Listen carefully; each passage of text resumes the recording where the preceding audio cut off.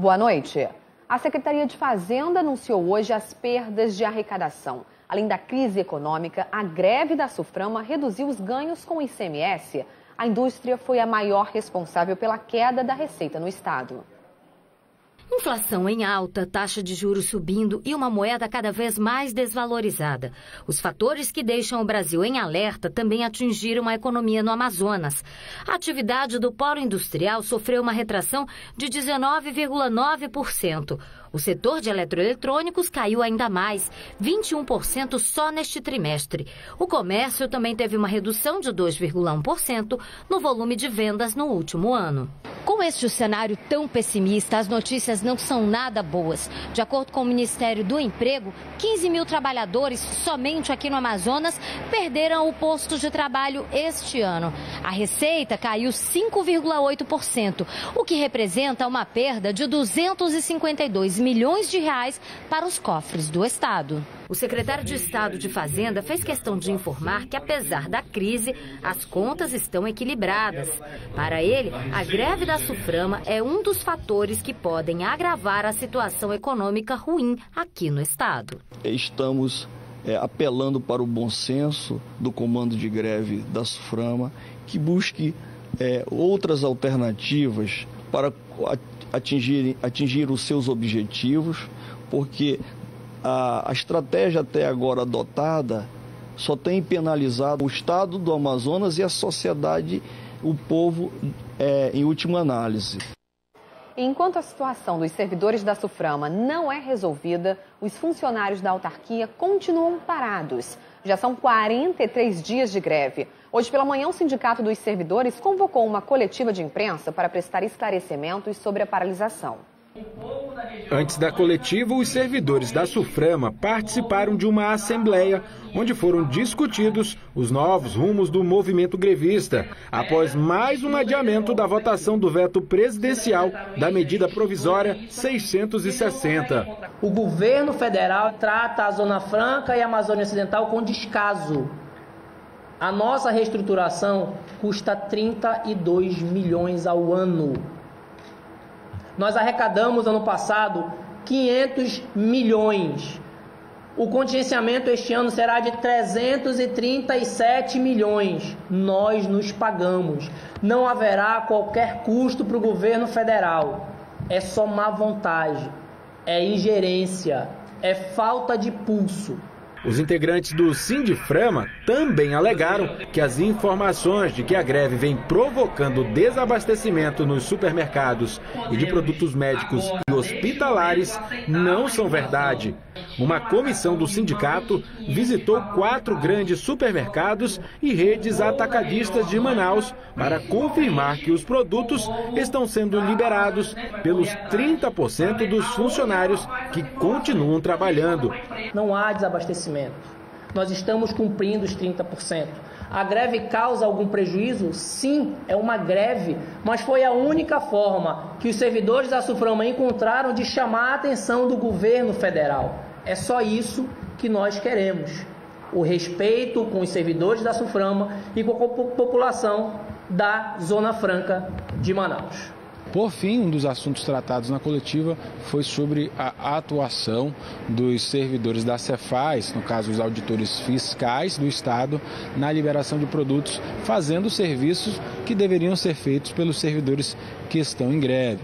O presidente do sindicato informou que muitas mercadorias estão sendo liberadas sem que sejam verificadas as normas que existem para a concessão de benefícios fiscais. Quando uma mercadoria cai no canal vermelho, que é o canal onde eles estão atuando, eles precisam fazer a amostragem, eles precisam ver a mercadoria. Se ela caiu no canal vermelho, é porque o sistema entendeu que havia necessidade de fiscalização em loco da mercadoria. Mas eles simplesmente estão deixando passar as carretas alegando que não tem estrutura. E nós vamos informar ao juiz que eles não estão fazendo conforme determina a lei. Enquanto a votação é adiada, o Ministério do Planejamento discute transformar a Superintendência da Zona Franca em uma agência para tentar resolver o impasse salarial dos servidores. De acordo com o cálculo do governo do estado, a greve já causou mais de 2 bilhões de reais de prejuízos. E nós voltamos a conversar com o secretário de Fazenda do estado sobre as denúncias de que os funcionários da Cefaz não cumprem os procedimentos corretos quanto à liberação de cargas na Suframa. Porém, ele se limitou a dizer que os servidores da secretaria estão apenas cumprindo uma decisão judicial. Estamos apelando para o bom senso do comando de greve da Suframa, que busque outras alternativas para atingir os seus objetivos, porque a estratégia até agora adotada só tem penalizado a sociedade, ao estado do Amazonas e a sociedade, o povo, em última análise. Em meio a esse cenário de crise, a saúde pública acaba sendo afetada. Parte dos cortes de gastos do governo vai ser nessa área essencial para todos. Vamos conversar ao vivo com a repórter Samira Benoliel. Boa noite, Samira. Ontem foi divulgada uma pesquisa do Programa das Nações Unidas para o Desenvolvimento que aponta Manaus com um dos piores índices de saúde entre as cidades brasileiras. Mesmo assim, o governo ainda quer reduzir despesas nessa área?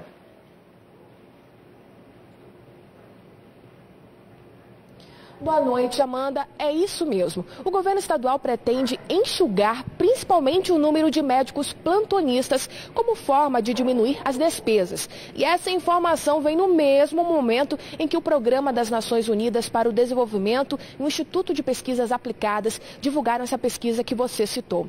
Segundo os dados levantados, Maceió, Manaus e Belém são as capitais que têm os mais baixos indicadores de saúde, educação e renda entre as cidades pesquisadas em uma escala de 0 a 10. A pesquisa leva em conta o levantamento feito nos censos do Instituto Brasileiro de Geografia e Estatística entre os anos de 2000 e 2010.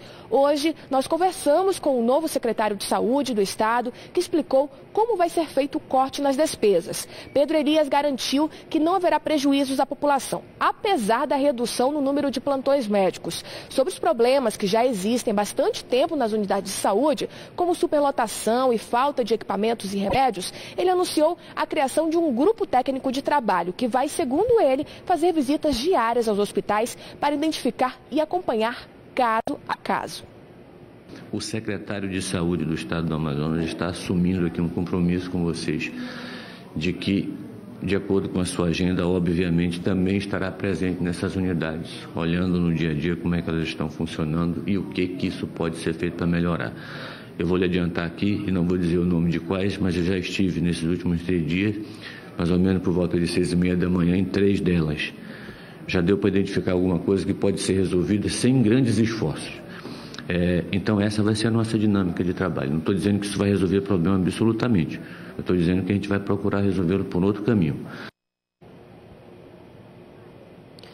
O que resta a gente é esperar realmente para ver se essa nova forma de trabalho vai dar resultado. E se de fato menos médicos não vai significar ainda menos atendimentos. É o que a gente espera, o que todo mundo espera. Volto com você, Amanda. Realmente, que a gente não seja prejudicado com isso, né, Samira? Muito obrigada. Daqui a pouquinho a gente volta a conversar com você. E em tempo de crise, quanto menos prejuízos, melhor. E foi com essa intenção que desde a semana passada entrou em vigor uma lei estadual que pretende acelerar obras paradas por falta de licença ambiental. Pela medida, o governo do estado estabelece um prazo para que outros órgãos liberem os projetos. Mas ambientalistas acreditam que a medida pode trazer problemas no futuro. Atualmente, pelo menos 5 projetos aguardam autorização do Instituto de Patrimônio Histórico, que investiga a existência de sítios arqueológicos nos locais em que ocorrem as obras. Sem esse aval e de outros órgãos como a FUNAI, o governo não pode dar andamento às construções. Mas uma lei publicada semana passada dá o prazo de 60 dias para as respostas no processo de licenciamento ambiental. Os órgãos intervenientes, o IFAM, o FUNAI e ICMBio, eles continuam se manifestando. O que a gente quer é que eles digam em que prazo eles podem fazer isso. É tão somente isso que está colocado como essência na lei que foi aprovada. O governo afirmou que criou as regras porque tem obras estagnadas pela demora dessas liberações. Agora, com esse novo procedimento, nós vamos agora dar a celeridade que a obra requer. Isso fica se arrastando, etc. Não estou aqui criticando ninguém, mas é meu dever como governador tentar a solução para aquilo que é importante para o nosso estado.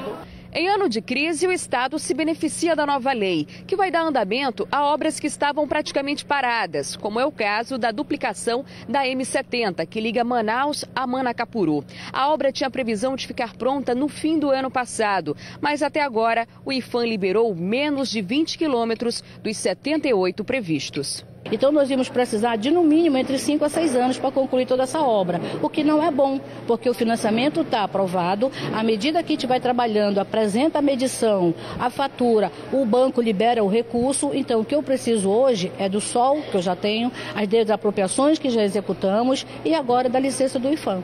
Ainda de acordo com a secretária de Infraestrutura, a medida vai valer para todos os projetos públicos e privados. O rito vai continuar igual. Eu quero fazer um projeto, eu dou entrada no IPAAN, dou entrada no IPHAN.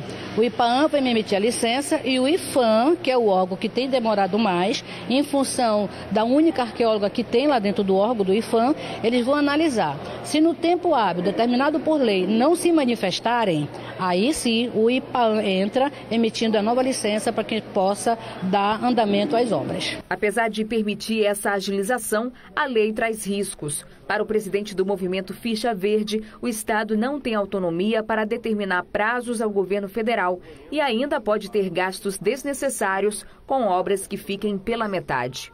Esta lei ela poderia muito bem estabelecer procedimentos para os órgãos do mesmo nível federativo, mas não para o outro. É aí que nos causa uma certa apreensão e preocupação quanto à implementação dessa legislação na prática. O Instituto do Patrimônio Histórico Nacional do Amazonas informou que tem 2 arqueólogos em seu quadro técnico para fazer os procedimentos de avaliação e liberação das obras. E se qualquer órgão ambiental emitir as licenças sem a participação do Instituto, pode comprometer a preservação de bens protegidos por lei federal. O Sindicato dos Servidores da Justiça Eleitoral do Amazonas informou agora há pouco que foi suspensa a greve que foi deflagrada no dia 29 de junho. Mas os servidores vão permanecer em alerta até que seja definida a sanção do projeto de lei complementar que garante os direitos da categoria e o plano de cargos e salários. Caso seja vetado pela presidente Dilma, eles pretendem voltar a paralisar as atividades. E depois de derrubar a primeira proposta na quarta-feira, a Câmara dos Deputados aprovou na madrugada de hoje um novo texto sobre a redução da maioridade penal de 18 para 16 anos em casos de crimes hediondos como estupro e homicídio doloso. Da nova proposta foram retirados os crimes de roubo qualificado, lesão corporal grave, tráfico de drogas, tortura e terrorismo. Esse novo texto surgiu de uma articulação feita pelo presidente da Câmara, Eduardo Cunha, do PMDB, com líderes de partidos a favor da redução da maioridade.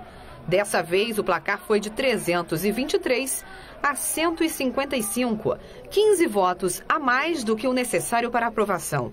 4 deputados do Amazonas votaram a favor da redução. Apenas Conceição Sampaio e Issa Abrão foram contra. Alfredo Nascimento e Silas Câmara faltaram mais uma vez. Para se tornar lei, a proposta ainda tem que passar por uma segunda votação na Câmara. Depois disso, a PEC é encaminhada ao Senado, onde passa por outras 2 votações.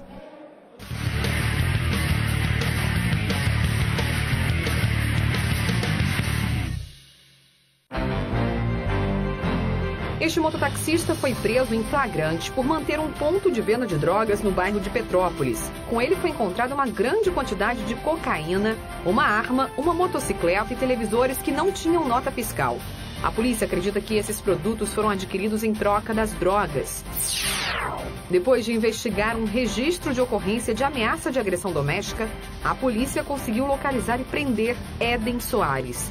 Ele era foragido da justiça desde 2010 e agora vai responder também por tentativa de agressão. O Ministério Público Estadual inaugurou hoje um centro de atendimento no Shopping Cidade Leste. A ideia é atender e encaminhar as denúncias dos moradores da Zona Leste e adjacências e, com isso, descentralizar os serviços que são oferecidos na sede do órgão, na Estrada da Ponta Negra. No mês que vem, outra unidade vai ser inaugurada no Fórum Enoque Reis, no Aleixo.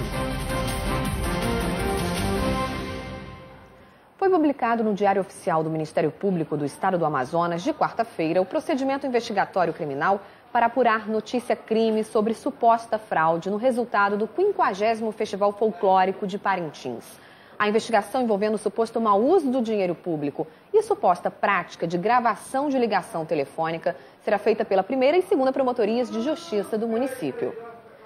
Para tentar fugir de uma blitz, um homem atirou contra agentes do Detran na madrugada de hoje e acabou ferindo um motoqueiro. Tudo aconteceu na estrada da Ponta Negra, quando a equipe do departamento recebeu uma denúncia de que estaria ocorrendo um racha na área. A vistoria teve como resultado mais de 80 veículos apreendidos. Foram 74 motos e 8 carros apreendidos. No parqueamento, os agentes do Detran descobriram que esta motocicleta era roubada. Mas o momento mais tenso da operação foi quando um homem tentou fugir da blitz, atirando contra os funcionários do órgão. De acordo com os funcionários do Detran, um dos tiros atingiu um outro motoqueiro que estava no local. A vítima não morreu. O atirador foi trazido para o 19º Distrito de Polícia, preso em flagrante. Wellington Rodrigues da Silva Júnior estava com a carteira de motorista cassada desde o ano passado, o que impede que ele conduza motos. Ele vai responder por tentativa de homicídio e participação em rachas.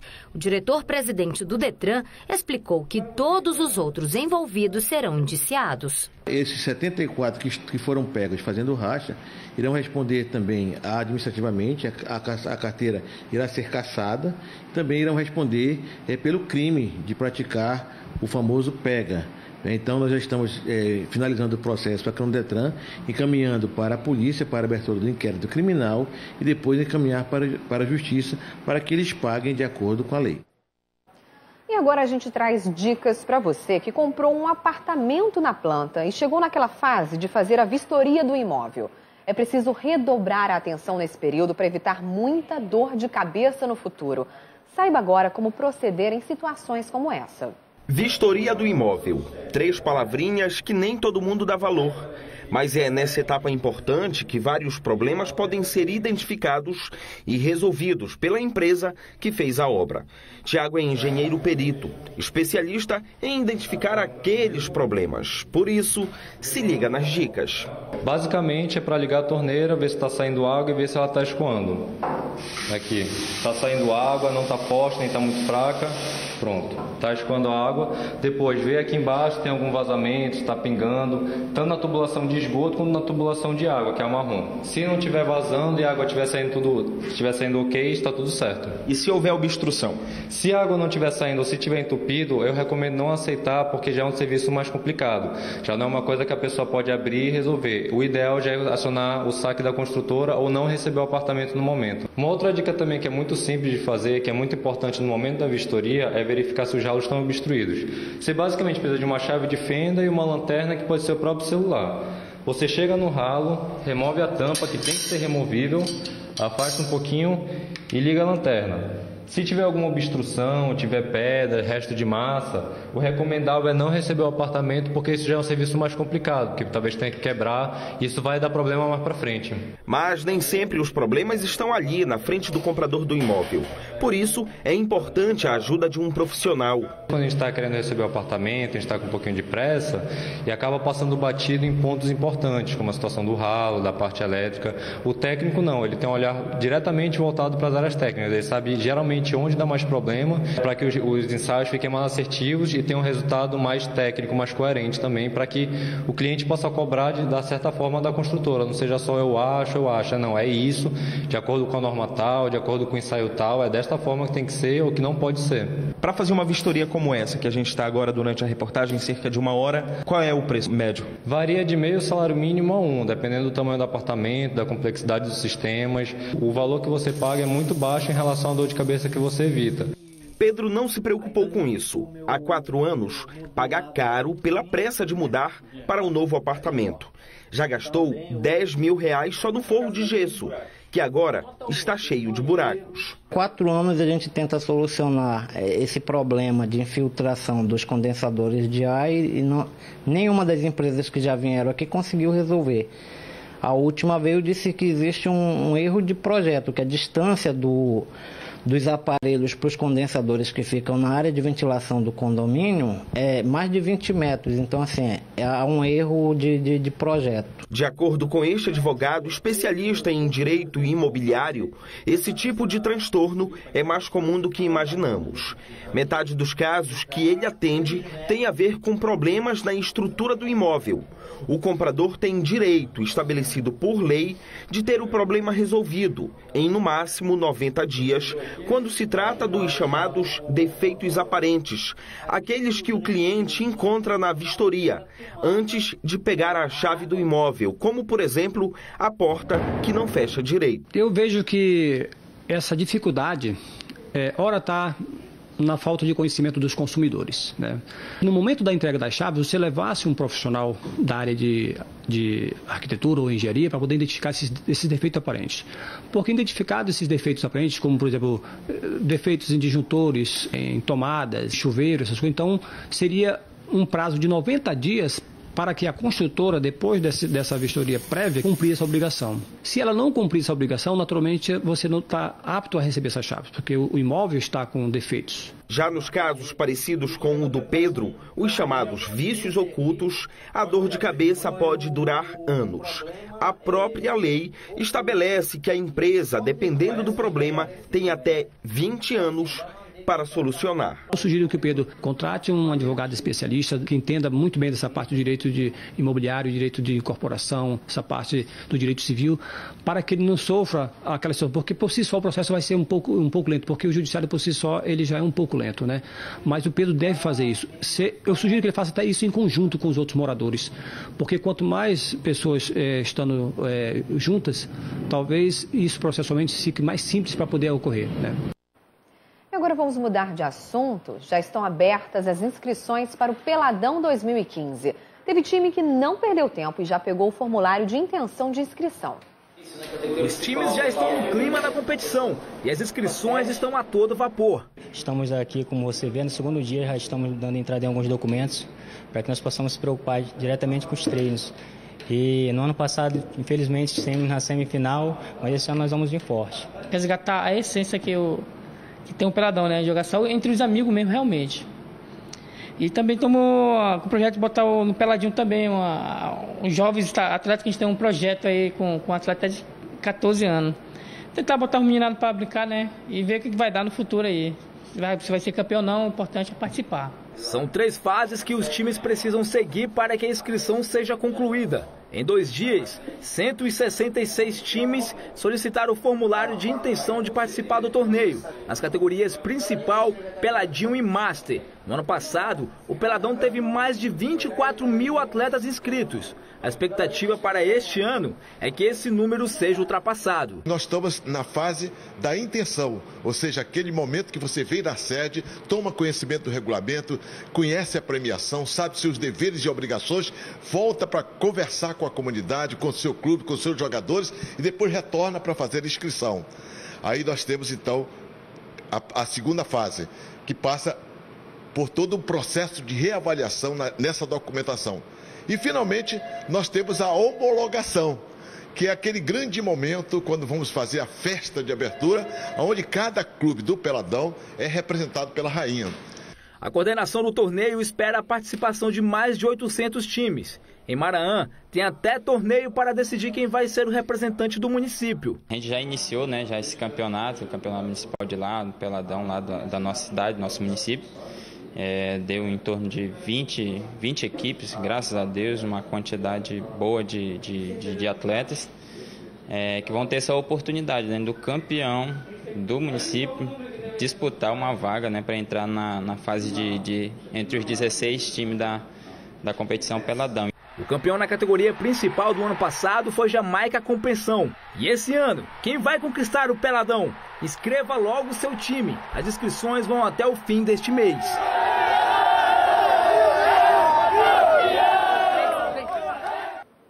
O Procon Amazonas apreendeu hoje vários lotes de preservativos que estavam à venda irregularmente em farmácias aqui da capital. Vamos voltar a falar com a Samira Benoliel. Samira, isso é algo muito sério, estamos falando de vidas. Sério e muito preocupante, Amanda. Afinal, o uso de preservativos é indicado para evitar gravidez e doenças transmissíveis. Depois de pontos de venda e encontrou 3 lotes de preservativos da marca Elite, fabricados pela Blondex, com prazo de validade vencido e adulterado a caneta. O produto estava à venda em 7 drogarias em Manaus. A gente vai saber mais detalhes com a coordenadora do PROCON estadual. Boa noite, coordenadora. Perigo e tanto para a saúde e como que o fabricante vai ser penalizado? Boa noite. Bom, nós estamos passando por etapas. Então, o procedimento administrativo disciplinar, que é o nosso primeiro, desde que eu assumi o órgão, nós estamos agindo em cima de procedimentos administrativos disciplinares. E vai começar por aí, na constatação, apreendendo os produtos, porque as camisinhas, no caso, foram apreendidas. Já notificamos aí o fabricante. O fabricante Elite é a segunda linha da fábrica da multinacional Blondex. E é justamente para que a gente possa ir retirar de comercialização de todo o território nacional esses preservativos que, porventura, da maneira como está vendido adulterado, pode causar sérios danos à saúde das nossas consumidoras, no caso, que podem ficar a qualquer momento ou pegar uma doença grave ou então uma gravidez indesejada. Prazo de validade adulterado a caneta, é isso mesmo, coordenadora? É verdade. Eu fiz questão de acompanhar de perto essa fiscalização e pude perceber que as adulterações são as mais grosseiras possíveis. Ou seja, o preservativo, ele é vendido de 3 unidades. É o preservativo que vem dentro de perceber a adulteração tanto no invólucro da camisinha como no invólucro que está por fora do invólucro da camisinha, ou seja, na parte interna e externa. E a adulteração, a gente percebe que a olho nu que foi adulterado sim, inclusive também a numeração dos lotes, que não é feito nem por numeração, e sim por letras, também está em desconformidade, porque na parte interna é uma, na parte externa é outra. Além do fabricante que foi aí notificado, o comerciante, os donos das farmácias que estavam vendendo esses produtos, eles vão ser penalizados também? Vão ser penalizados também, porque aí existe a responsabilidade na qual eles são solidários. A partir do momento que você identifica o fabricante, cabe ao fabricante fazer o chamamento, que é o chamado recall, e aí para tirar de comercialização. E o da ponta também vai ser penalizado porque está vendendo um produto que é impróprio à saúde, no caso a saúde sexual dos consumidores. Agora as fiscalizações continuam? Continua, não pode parar. E mesmo porque a venda desses produtos não é só apenas em drogarias, mas existem em supermercados, existem postos de gasolina, ou seja, essa nota pública, ela vem justamente para que nós começamos já a informar o consumidor por nota pública, por nota de esclarecimento, para que ele esteja atento ao produto que ele está adquirindo no que tange à validade do produto. Para a gente encerrar, coordenadora, número para denúncia. 0800 92 15 12 e o 32 15 40 09. Pode repetir, por favor? 32 15 40 09 e o 0800 92 15 12. Tá aí, é isso aí, Amanda, a preocupação é grande realmente e você, consumidor, precisa ficar atento aí para evitar levar esses produtos irregulares para casa. Volto com você. Com certeza, Samira, é importante que o consumidor esteja de olho e também denuncie quando estiver vendo alguma irregularidade. Muito obrigada, uma boa noite para você. Representantes dos catadores de material reciclado se reuniram hoje com a Comissão de Meio Ambiente da Câmara Municipal de Manaus para denunciar novos lixões clandestinos na cidade. Os vereadores já falam em criar uma CPI para investigar o que eles chamam de máfia do lixo. A nova lixeira foi descoberta pelos catadores de material reciclado e fica ao lado da invasão José Melo, na área do ramal do Brasileirinho, na Zona Leste. Os catadores fotografaram vários caminhões despejando lixo no local. Um deles pertence à empresa AgroRio. Quando a gente consegue visualizar essas lixeiras clandestinas, acaba que muitos catadores vão para dentro, porque toda a empresa joga o resíduo reciclável lá e é desses resíduos que a gente tira a sobrevivência, então acaba que a gente também vai atrás deles, né? E, infelizmente, acontece por falta de estrutura, a gente não tem, né? Busca na rua, busca nos comércios, a gente busca a nossa sobrevivência através dos resíduos. A denúncia foi acolhida pela Comissão de Meio Ambiente da Câmara Municipal de Manaus, que já vem investigando o despejo clandestino destino de resíduos sólidos na cidade e pensa em criar uma CPI. Já nos trouxeram muitas provas que flagranteiam que há empresas explorando de forma irregular a questão do lixo, portanto, enriquecendo de forma ilícita, trazendo prejuízo para o meio ambiente, poluindo o lençol freático, colocando em risco a vida e a saúde das nossas famílias, e eles não podem continuar fazendo isto. A Comissão de Meio Ambiente da Câmara já recebeu denúncias de 360 lixeiras clandestinas na cidade, mas apenas 3 foram levadas ao Ministério Público Estadual. Esta será a 4ª encaminhada ao MP. Nós vamos fechar o relatório agora e amanhã nós vamos utilizar a prática de, a partir de agora, fazermos a denúncia à Delegacia do Meio Ambiente para que ela possa abrir o inquérito e possa começar a trabalhar no sentido de punir essas empresas e punir aqueles que estão depositando o seu resíduo sólido naquela localidade. E a reciclagem é uma alternativa para o destino de boa parte do lixo que é jogado nos igarapés da cidade. E algumas iniciativas até têm dado bons resultados. O problema é que esse reaproveitamento não chega a 1%. E só nos primeiros meses deste ano foram coletadas mais de 200 toneladas de lixo.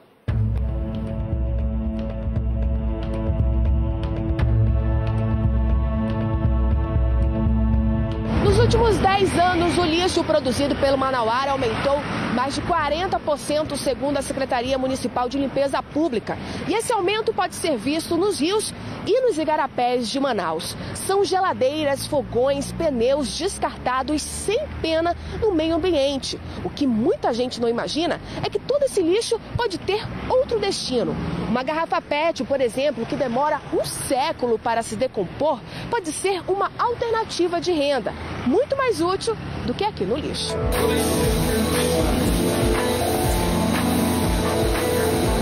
Nesta fábrica, a PET se transformou em fios para vassouras. Mário começou a produção há 1 ano e só tem lucrado com a iniciativa.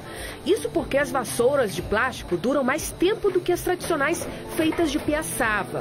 Por conta disso, ela é vendida por um preço maior também. Uma dúzia não sai por menos de R$ 55. Eu uso 13 garrafas para fazer uma vassoura dessa. Ou seja, 13 garrafas que iriam para o lixo estão sendo aproveitadas. E a sobra dela, que é mais do que o pelo que transformou, vira a peça plástica também. E não é só a PET que pode ser reaproveitada. CDs, potes de suplementos alimentar, sobras de tecidos e papelão. Com criatividade e um toque artesanal, tudo isso vira utilidades, como um porta-trecos, um porta-biscoitos e até um guarda-absorventes. Para muitas pessoas, uma sobrinha de tecido pode ser lixo, mas para mim não é lixo. Eu posso fazer muitas coisas com um pedaço de tecido que você joga fora. Você tem que ter paciência. A arte é isso.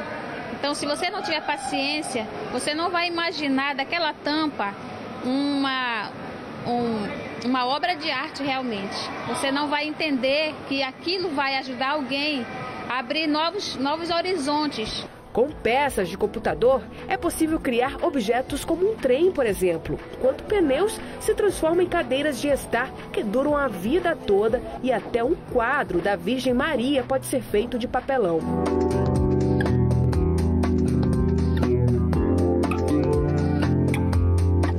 Todas essas peças estão expostas neste shopping na Zona Leste de Manaus, no espaço Cidadania Ambiental, coordenado pela Secretaria de Meio Ambiente. Na verdade, é uma maneira de reflexão, né? Então, você aprende a trabalhar com esse reaproveitamento, mas também repensa naquilo que você gera de resíduos. Aqui, eles também oferecem cursos para quem está interessado em trabalhar com artesanato. Nós temos um calendário, né? O próximo vai ser de cestas de garrafa PET, né? E também de fuxico, que é a questão do tecido. Então, fiquem à vontade, será agora no mês de julho, nos procurem aqui no Espaço ECAM, né? E a ideia também é que a gente está começando a transcender as oficinas para outros espaços. Então, essa é uma dica que a gente vai logo mais estar divulgando para a população.